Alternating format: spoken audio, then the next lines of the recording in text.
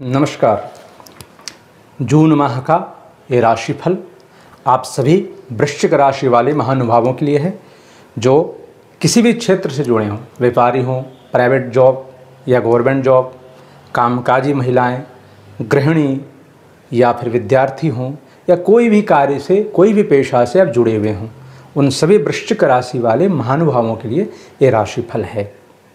आपको ये राशिफल से आने वाली परिस्थितियों का आभास होगा, जिससे आपको मानसिक रूप से तैयार होने का समय मिल जाएगा। ज्योतिष का कार्य भी यही है कि आने वाली परिस्थितियों से आपका आभास कराए। कर्म एवं भाग्य से ही जीवन बदला जा सकता है, यानी कि कर्म और भाग्य दोनों चाहिए। सिर्फ भाग्य भरोसे रहेंगे तो नहीं होगा, सिर्फ कर्म करते जाएंगे तो नहीं होगा, दोनों का समागम होना चाहिए। दोनों हाथ से अब जब काम करेंगे तभी आप जल्दी और अच्छे से कर पाएंगे।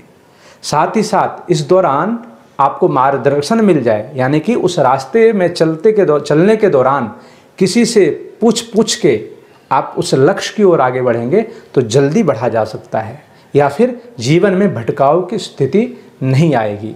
आपका जीवन अस्त व्यस्त नहीं होगा, गलती बार बार नहीं होगी। तो आप प्रयास करें अपने जीवन का जो लक्ष्य आपने तय किया है उस परिस्थिति को सामंजस्य बना के हर प्रकार की परिस्थितियों के लिए तैयार रहने की।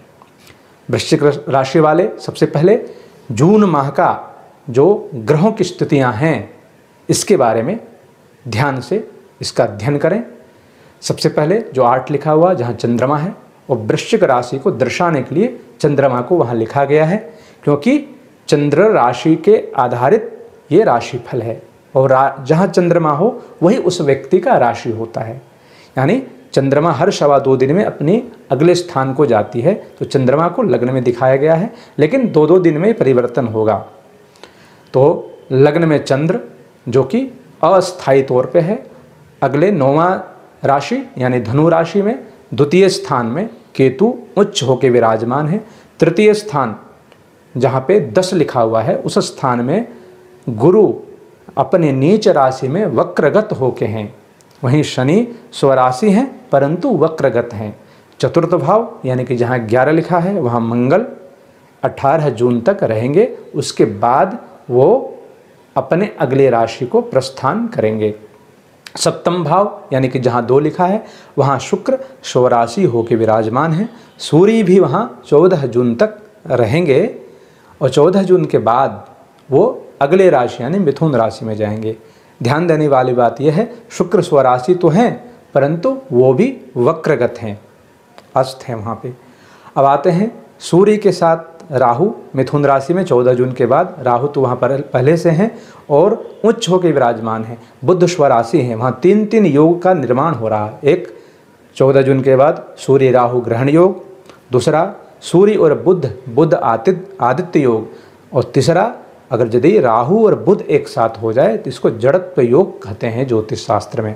आइए इन ग्रहों की परिस्थितियों के अनुसार जून माह में आपके लिए क्या लेके आया है, क्या परिस्थिति का निर्माण कर रहा है, इसको समझने का प्रयास करें। वृश्चिक राशि वाले महानुभाव जो भी हैं उनके लिए अपने व्यक्तित्व को जीवन के मूल भाव से जोड़ने की ज़रूरत है। यानी अपने मूल भाव को जोड़िए, वहाँ पे अपने व्यक्तित्व को मूल भाव से जोड़ना है, तभी अपनी स्थितियों में सुधार आएगी। जो आपकी स्थिति है उसमें सुधार जब भी हो सकता है जब अपने मूलभूत ढांचे को, अपना व्यक्तित्व को वहाँ पे जोड़ेंगे। तथा और भी ऐसे कार्य करने की अभी आवश्यकता होगी, उसका फलस्वरूप आपको लाभ मिलना प्रारंभ हो जाएगा अगर यदि इस परिस्थिति को आप निर्माण कर लेते हैं। तो मूलभूत कार्यों में कुछ निर्णय लेने की आवश्यकता होगी, यानी कि जो आपका कार्य पहले से चला आ रहा है, बहुत पुराना कार्य है, उसमें कुछ बदलाव करिए। उसकी परिस्थिति बन गई है बदलाव करने की, उसको आप टालने का प्रयास न करें। जिस व्यक्ति विशेष पर आप ज़्यादा विश्वास करके चल रहे थे वहाँ पर सजग होने की आवश्यकता है, आप सावधान हो जाइए। ग्रस्त जीवन में या ग्रस्त जीवन से संबंधित कुछ सुझाव या कोई इंडिकेट आपको मिल रहा है तो उसको साइड लाइन न करें, उसको अनदेखा न करें, मुसीबत बन सकती है आगे जाके आपके लिए। स्थायी सोच के साथ आगे बढ़ें, किसी भी कार्यों में उलझने से बचें। इस दौरान हर चीज़ में उलझने की आवश्यकता नहीं है। आप अपने लाइन में चलें, लाइन में चलते हुए अगल बगल क्या हो रहा है उसमें आप मत उलझें, नहीं तो आपका समय व्यर्थ जाएगा और जो ग्रह की स्थिति आपके अनुकूल बनी हुई है उसका लाभ आप नहीं उठा पाएंगे। धनगत कार्यों में उकसावे से बचें, यानी कि कोई आर्थिक निर्णय लेना हो, कोई नए व्यक्ति या जान परिचित व्यक्ति के द्वारा आपको कहे कि फलाना काम कर लो, इसमें आपके लिए अच्छा रहेगा, तो ऐसे कार्य से बचें, यानी किसी के उकसावे में ना आएं और ऐसी परिस्थिति में बिल्कुल ना जाएं जो कार्य से आपका अभी तक कोई संबंध ही नहीं रहा हो, उस कार्य का आपको नॉलेज ही नहीं हो। उस कार्य में अपना धन इन्वेस्ट करने से बचें या लोन लेकर उस कार्य करने से बचें, नहीं तो ऐसी स्थिति का निर्माण इस माह आपके लिए है कि वो धन और परिश्रम दोनों ही डूबने का योग है। तो ऐसी स्थिति से आपको बचना चाहिए। परिवारजनों पर अति आत्मविश्वास करना भी आपके लिए हानिकारक होगा।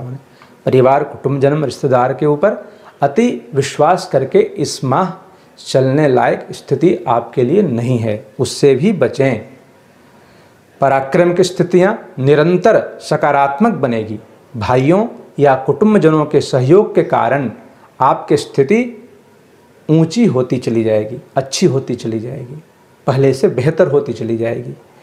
जमीन प्रॉपर्टी संबंधित निर्णय जो आपके जीवन में ऐसा बनता है योग, तो 18 जून तक उसको टालने का प्रयास करें। 18 जून के बाद आपको सही स्थिति का अनुमान लगेगा कि क्या हमको निर्णय लेना चाहिए। 18 जून से पहले आप निर्णय लेते हैं कोई प्रॉपर्टी जमीन संबंधित कार्यों में, तो आपके लिए हानिकारक हो सकता है। उसकी स्थिति से आप अवगत नहीं होंगे और कहीं फंस सकते हैं आप।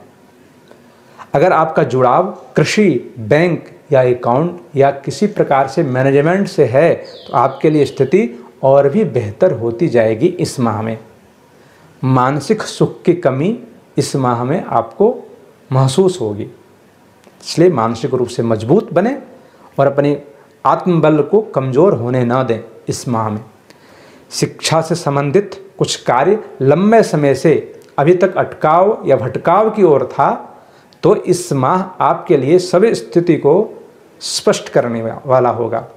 यानी कि शिक्षा प्राप्ति में कोई अभी तक ऐसी कार्य था जो कि अब अटकाव की था, रुकावट में था, तो ये इस माह आपके लिए कुछ स्पष्ट नीति आएगी, स्पष्ट सामने आएगा, जिससे आपको आगे निर्णय लेने में सहायता प्राप्त होगी। वही शेयर कार्य में, आप शेयर का काम करते हो, ट्रेडिंग करते हो या किसी प्रकार के आकस्मिक धन लाभ के लिए आप प्रयास कर रहे हो, तो यह माह आपके लिए शुभ संकेत देने वाली है। संतान पक्ष के साथ कोई कार्य आप सोच रहे हैं संतान के साथ मिलकर या संतान के लिए, तो भाग्य आपका अनुरूप है इस माह में, भाग्य आपका साथ देने वाली है इस माह में। गर्भवती महिलाओं के लिए इस माह बहुत अच्छा रहेगा और अच्छे संकेत लेके आ रहे हैं गर्भवती महिलाओं के लिए ये ग्रह की स्थितियाँ। त्वचा से संबंधित रोग या रक्त विकार, मधुमेह या फिर ब्लड प्रेशर से संबंधित आपका रोग है, तो इस माह आपको विशेष ध्यान देने की आवश्यकता है। विशेष ध्यान दें, ये आपके अनुरूप नहीं है। दाम्पत्य जीवन में मतभेद की स्थितियां उत्पन्न हो सकती है, परिवार में अलगाव की स्थिति भी हो सकती है, तो समझदारी से इसमें काम लें। आपकी समझदारी ही आपको यहाँ बचने का सबसे सही रास्ता, सही दिशा दिखाएगा। अब वृश्चिक राशि वाले इस माह में क्या ऐसा उपाय करें जिससे नकारात्मक ऊर्जा का नष्ट हो और सकारात्मक ऊर्जा आपके अंदर और ज़्यादा आवे। तो सबसे पहले हनुमान जी की उपासना करें। आप स्वयं हनुमान जी की उपासना करें। अगर आप सक्षम हैं तो अपने इच्छा और शक्ति अनुरूप हनुमान जी के मंदिर में चना और गुड़ का भोग लगावें।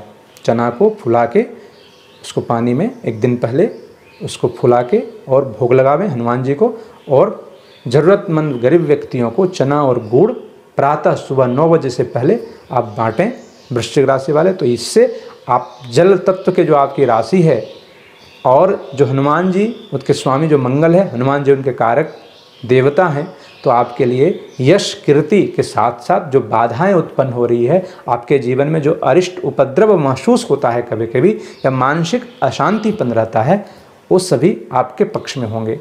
तो वृश्चिक राशि वाले के लिए जून माह का राशिफल यहीं समाप्त होता है। अगली बार अगली राशि धनु राशि फल लेकर के आपके सम्मुख फिर से उपस्थित होंगे। तब तक के लिए नमस्कार।